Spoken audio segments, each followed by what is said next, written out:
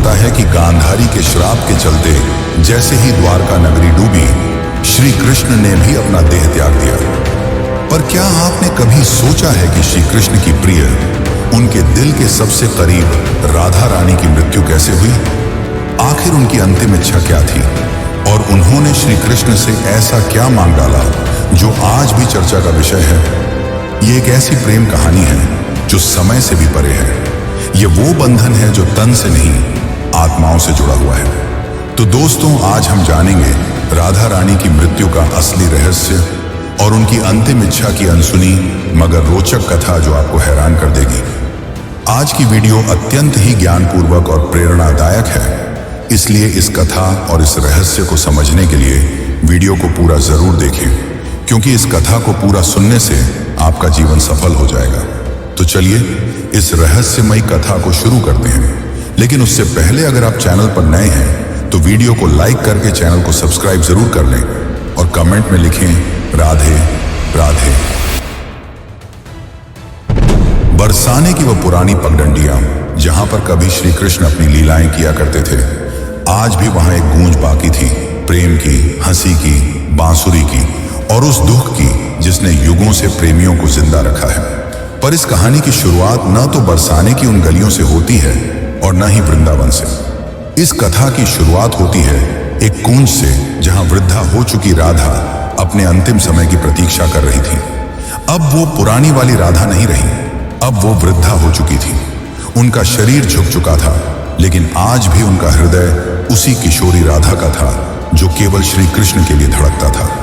उनके चेहरे पर झुर्रियां आ चुकी थी, लेकिन आज भी जब कोई बांसुरी बजाता तो उनके चेहरे पर रौनक आ जाती, एक हंसी सी छा जाती, मानो पुरानी यादें ताजा हो गई हों। कृष्ण जब मथुरा छोड़कर चले गए तब उनके वियोग में राधा ने न तो किसी से विवाह किया और न ही कहीं आश्रय लिया। वे अकेली ही वृंदावन के एक एकांत कुंज में रहने लगी। उनका दिनचर्या हर दिन सामान्य रहता था। वे सूर्योदय के साथ उठती और यमुना के तट पर जाकर जल अर्पण करती, जिसके पश्चात वे वापस कुटिया में लौट जाती और दिन भर श्री कृष्ण के आने का इंतजार करती, मानो उन्हें पूरा विश्वास हो कि श्री कृष्ण एक दिन उनसे मिलने जरूर आएंगे। गांव वाले राधा को साध्वी समझते थे। उन्हें उनके बारे में कुछ नहीं पता था। वे नहीं जानते थे कि वह कौन है और कहां से आई हैं, पर सभी को यह बात पता थी कि वह जो भी हो, वह अपना सब कुछ केवल और केवल श्री कृष्ण को मानती है। एक दिन राधा अपने दैनिक दिनचर्या के तहत यमुना के तट पर जल अर्पण कर रही थी। तभी उन्होंने अचानक आसमान की ओर देखा। हवा में सन्नाटा सा छा गया और उनके हृदय में एक कंपी सी दौड़ गई, मानो पूरा ब्रह्मांड उन्हें कुछ कहना चाह रहा हो। और उसी दिन शाम को वे अपनी कुटिया के बाहर तुलसी के पौधे के पास बैठ गईं और उन्हें प्रणाम करते हुए कहा कि अब मेरे जाने का समय आ गया है, पर मैं यूं ही नहीं जाऊंगी। मैं तब तक नहीं जाऊंगी जब तक स्वयं श्री कृष्ण मुझे विदा न कर दें। राधा ने कहा कि मैं अपना देह तभी त्यागूंगी जब श्री कृष्ण अपने साक्षात रूप में मेरे सामने आएंगे और प्रेम से मेरा नाम पुकारेंगे, राधे। उनकी यह इच्छा सुनकर गांव वाले चौंक गए और सोच में पड़ गए कि आखिर इतने बड़े राजा इस वृद्ध महिला से मिलने क्यों आएंगे। पर किसी ने भी राधा की भक्ति पर संदेह नहीं किया, क्योंकि उन्होंने जीवन भर सिर्फ प्रेम की परिभाषा को जिया था। उनके मन में श्री कृष्ण का अद्भुत प्रेम था और दूसरी तरफ द्वारका में बैठे श्री कृष्ण, जिनके पास सब कुछ था, पर फिर भी उनका दिल आज सूनापन झेल रहा था। कहते हैं ना कि सब कुछ पाकर भी आदमी के पास कुछ नहीं होता। आज श्री कृष्ण की हालत भी वैसी ही थी, लेकिन उन्हें अब अंदर से एक खिंचाव सा महसूस हो रहा था। उन्होंने अपनी आंखें बंद की और राधा की पुकार उनके कानों में गूंज पड़ी। इस पल श्री कृष्ण की आंखों में आंसू थे, पर हृदय में सुकून। उन्होंने तुरंत सब कुछ छोड़कर उसी पल एकांत कुंज की ओर प्रस्थान किया, जहां राधा रानी उनका इंतजार कर रही थी। जब श्री कृष्ण वहां पहुंचे तो राधा कुटिया के बाहर तुलसी के पेड़ के पास बैठी हुई थी। उनकी आंखें बंद थीं और वे ध्यान में लीन थीं। कृष्ण ने धीरे से कहा, राधे। यह शब्द सुनकर राधा की आंखें खुली और उनके चेहरे पर एक चमक छा गई। उनकी आंखों में वह प्रेम था जो न कहा जा सकता था और न ही छुपाया जा सकता था। राधा मुस्कुराई और श्री कृष्ण से कहा, प्रभु, अब मेरे जाने का समय आ गया है। अब मेरी आत्मा केवल विश्राम चाहती है। यह सुनकर श्री कृष्ण ने राधा का हाथ थाम लिया। अब राधा की सांसें धीरे धीरे धीमी होने लगी और उन्होंने वहीं तुलसी के पेड़ के नीचे अपने प्राण त्याग दिए। किंतु यह अंत नहीं था। इसी पल वह रहस्य ने जन्म लिया जिसे सुनकर आप चौंक जाएंगे। राधा की आत्मा को तो मोक्ष मिल गया, पर उनके आखिरी शब्द अब भी श्री कृष्ण के कानों में गूंज रहे थे। राधा ने अपने अंतिम पलों में कहा था, प्रभु, जब इस धरती से प्रेम का अर्थ मिटने लगेगा तब मैं फिर लौटूंगी। मुझे फिर जन्म लेना होगा, क्योंकि प्रेम जीवन का प्रमुख हिस्सा है और उसे मिटने नहीं दिया जा सकता। जहां राधा ने अपनी देह त्यागी थी, वहां एक नया पौधा उगाया जो तुलसी से भी अधिक उज्जवल था, मानो कोई स्वर्गीय पौधा हो। गांव के लोग उसे राधा वृक्ष के नाम से पुकारने लगे और वहां पूजा पाठ करने लगे, पर किसी को नहीं पता था कि उस पौधे के नीचे एक रहस्य पल रहा था। वह रहस्य था राधा के पुनर्जन्म का, जो आपको चकित कर देगा। कई युग बीतने के बाद जब प्रेम का मूल्य घटने लगा और लोग सिर्फ वासना में डूबने लगे, तब बरसाने से कुछ दूर एक साधारण किसान के घर में एक कन्या का जन्म हुआ। उसका नाम ललिता रखा गया, पर यह कोई साधारण कन्या नहीं थी। वह बिना किसी के सिखाए ही बांसुरी की मधुर धुन बजा लेती थी। उसकी बांसुरी की आवाज सुनते ही पेड़ों के पत्ते हिलने लगते और पक्षी झूम उठते। गांव के लोग कहने लगे कि यह कोई साधारण लड़की नहीं, बल्कि किसी देवी का अवतार है। वे कहते कि इसे देखकर राधा की याद आ जाती है। ललिता जब 7 साल की हुई तो एक दिन वह यमुना के किनारे बैठी थी। उसी वक्त एक संत वहां से गुजरे। उन्होंने ललिता को देखा और जब उसकी आंखों में झांका तो वे मंत्रमुग्ध हो गए। उन्होंने कहा, वही आंखें, वही चंचल मुस्कान, राधा तुम लौट आई।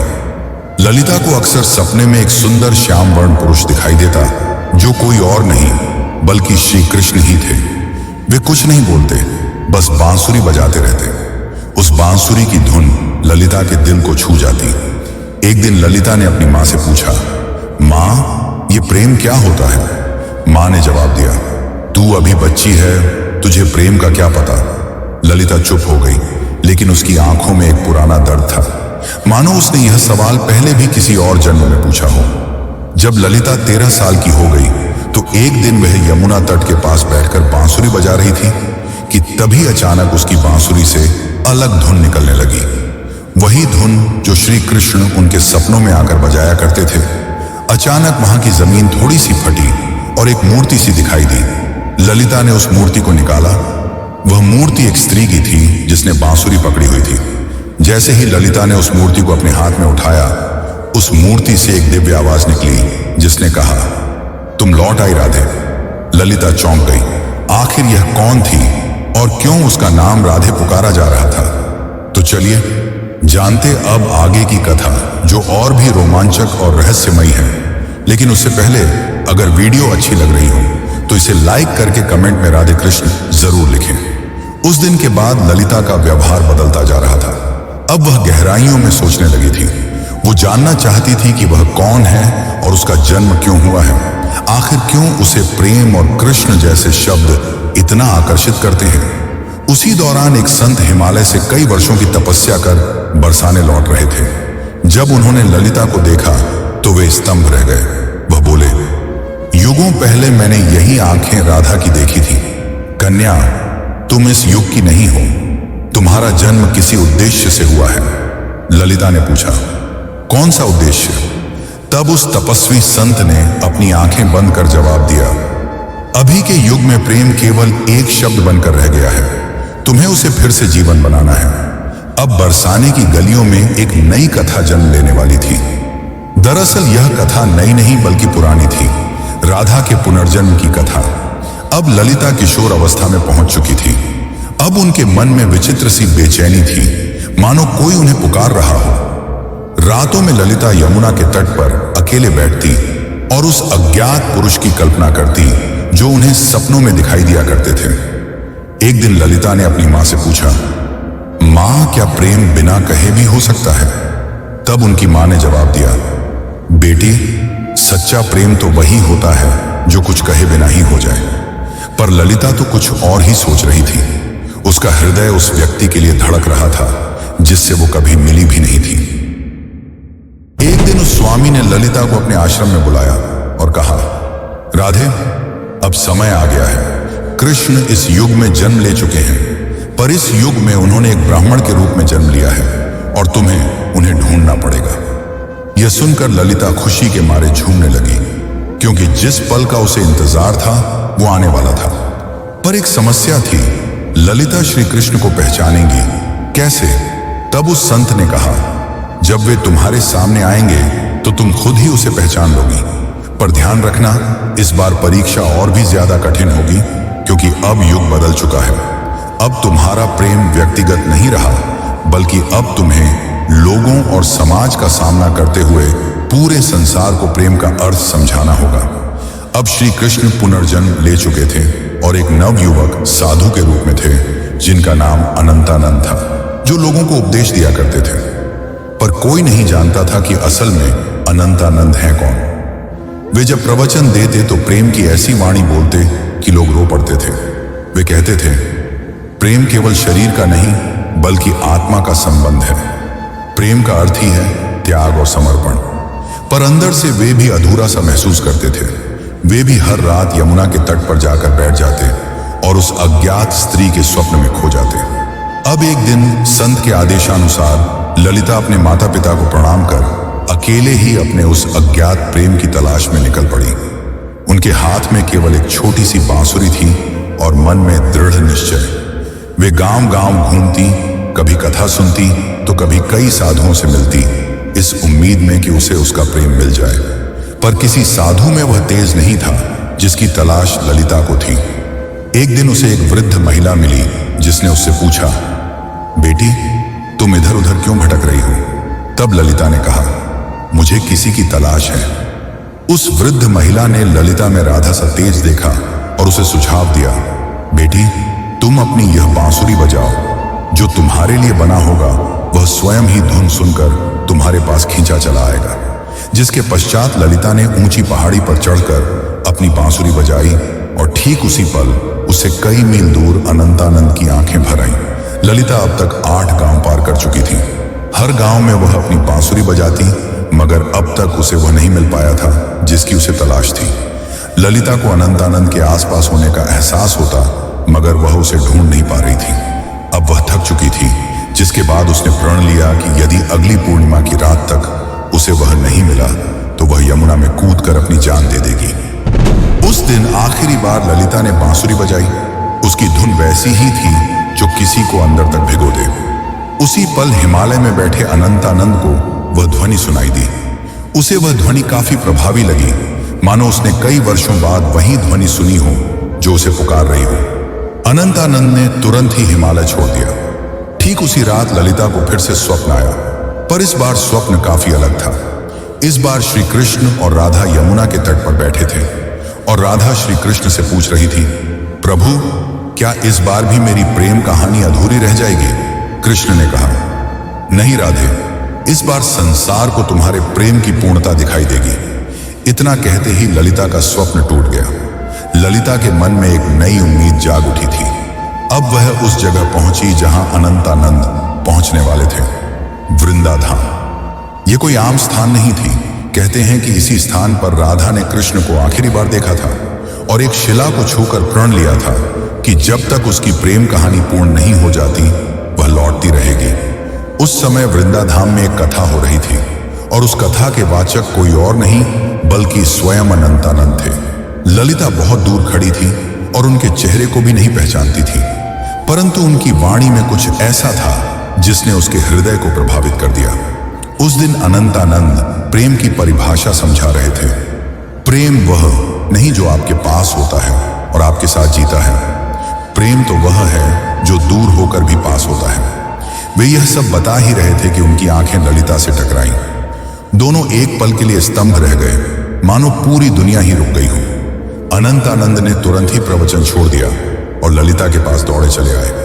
तब ललिता ने अनंतानंद से धीरे से पूछा, क्या आज भी आपको मेरी आवाज सुनाई देती है?